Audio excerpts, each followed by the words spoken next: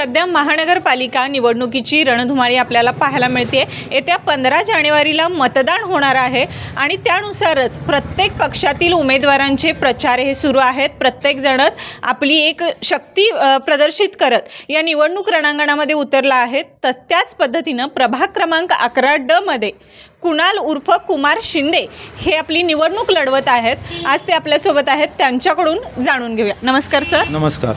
कुणाल उर्फ कुमार संभाजी शिंदे, मी आज जनस्वराज्य पार्टीकडून प्रभाग क्रमांक 11 येथून उमेदवारी अर्ज भरलेला आहे आणि मी या प्रभागातून येणाऱ्या कोल्हापूर महानगरपालिकेच्या निवडणुकीला मी सामोरं जात आहे। काय सांगाल, सध्या सामोरे जात आहे, प्रचाराला आपल्या सुरुवात झालेली आहे, कशा पद्धतीने लोकांचा प्रतिसाद आहे? आजच्या राजकारणात जर बघितलं तर लोकांना एक काम करणारा माणूस पाहिजेला आहे।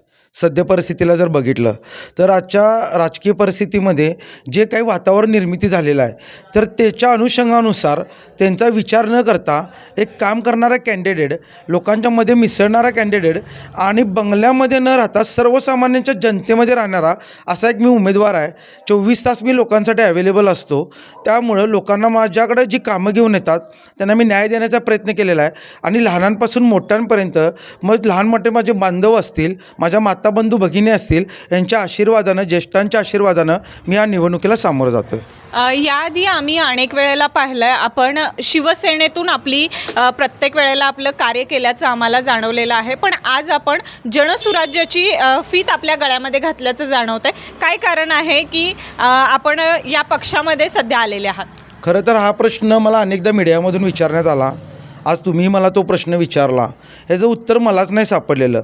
कदाचित माझ्या नेतृत्वाला, आधीच्या नेतृत्व जे होते शिवसेनेमध्ये, त्यांना कदाचित माझ्या बाबतीत काहीतरी कमतरता वाटले की नाही वाटले मला माहीत नाही, पण त्यांना हे माहीत नाही की माझ्यासोबत सर्वसामान्य जनता, मतदार राजा, माता बंधू भगिनी ह्यासोबत असल्यामुळे मी या निवडणुकीमध्ये सामोरं जात असताना शिवसेनेनं उमेदवारी का डावली, कशासाठी डावली याच्याशी मला काही लेणं देणं नाही आहे।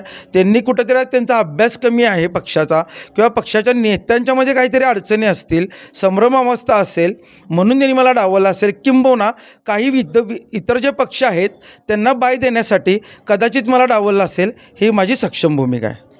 आता आपण जनसुराज्य सोबत या रणांगणामध्ये उतरला आहात। उद्या जर आपला विजय झालाच तर आपण पुन्हा आपल्या पक्षामध्ये परत जाणार की याच ठिकाणी जनसुराज्य सोबत आपलं हे कार्य सुरू ठेवणार? नाही, हे बघा, मुळात तर हा प्रश्न तुम्ही मला विचारला आहे, जर मी उत्तर ठामपणे आणि प्रामाणिकपणे देतो।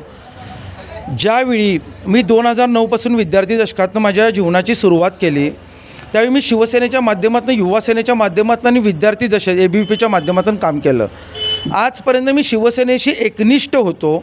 आज माझ्या पडत्या काळात कोणी असो, ज्यांनी मायेचा हात दिला, ज्यांनी मला आधार दिला, ज्यांनी मला नेतृत्व दिलं, ज्यांनी मला AB फॉर्म देऊन, जे माननीय महाराष्ट्र राज्याचे माजी मंत्री महोदय विनय गोरे साहेब सध्याचे विद्यमान आमदार आहेत, जनस्वराज्य पक्षाचे सर्वस्व आहेत, त्यांनी जर मला मायेचा आधार दिला असेल तर इथून पुढच्या काळामध्ये माझी राजकीय भूमिका स्पष्ट आहे। सन्मान्य विनय गोरे साहेबांच्या सोबत एकनिष्ठाने प्रामाणिकपणे राहणार। उद्याचा निकाल मला काय माहीत नाही, ही इलेक्शन मी न घेता माझ्यासाठी जनतेनं हातात घेतलेला आहे। माझा विजय निश्चित आहे आणि मला एवढंच म्हणायचं आहे की साक्षात आपण महाराष्ट्राचं कुलदैवत ज्योतिबानंच मला सन्मान्य विनय गोरे साहेबांच्या स्वप्नामध्ये जाऊन सांगितलं असेल की बाबा, कुणाल शिंदे काम करणारा कार्यकर्ता आहे आणि त्याला तू तिथे तिकीट दे, त्याचा विजय निश्चित आहे। आणि मला ठाम विश्वास आहे, मी माझ्या नेतृत्वावर दिलेले आत्ताचे सध्या विनय गोरे साहेब असतील, समित कदम दादा असतील, माने साहेब असतील, ह्या सगळ्यांच्या सामोरं जात असताना ह्यांचा अभ्यास करून ह्या लोकांच्यामध्ये मला सावकाराने याच्या आधी काय केलं कोल्हापूर महानगरपालिकेसाठी, त्यांनी सत्ता इथं स्थापन केली होती विनय गोरे साहेबांनी एकेकाळी, तर त्यांचाही डाव ह्या आत्ताच्या विद्यमान जे कोण सरकारमध्ये आहेत त्यांनी उधळून लावला। पण एक विजन असणारा माणूस, कोल्हापूरबद्दल प्रेम असणारा माणूस, कोल्हापूरबद्दल अस्मिता असणारा माणूस, कोल्हापुरातल्या प्रत्येक शहरातील नागरिकाबद्दल आपलेपणारा असणारा माणूस सन्मान्य विनय गोरे साहेब आहेत। त्यामुळे मी त्यांचं नेतृत्व स्वीकारलेलं आहे। इथून पुढच्या काळामध्ये मी नेतृत्व बदलणार नाही, ही माझी ठाम भूमिका आहे। आता आपण नेतृत्व बदलणार नाही, ठाम भूमिका आहे, याबद्दल बोललातच, पण त्याचबरोबर मला सांगा, आता नगरसेवक झाल्यानंतर नेमका काय अजेंडा असणार आहे? प्रभाग क्रमांक 11साठी आपण काय करणार आहात? खरं तर प्रभाग क्रमांक 11साठी मी काय करणार आहे हे माझं विजन क्लिअर आहे। या प्रभागामध्ये ज्या मूलभूत गरजा आहेत, ड्रेनेज, गटर, रस्ते, मुबलक पाणी, ह्या मूलभूत गरजा आहेत. ह्याच्या पलीकडे जाऊन महिला सक्षमीकरण, बचत गटाच्या माध्यमातून माझ्या माता बंधू भगिनींना रोजगार देणे, व्यसनमुक्ती युवक हा माझा एक संकल्प आहे, तो राबवणे. प्रभागामध्ये रोजच्या रोज क्रीडांगण असतील, त्याच्यानंतर काही ठिकाणी गार्डन असतील, इथं ज्येष्ठ नागरिक फिरायला येतात, त्यांची जी गैरसोय होते ती सोय करून देणे.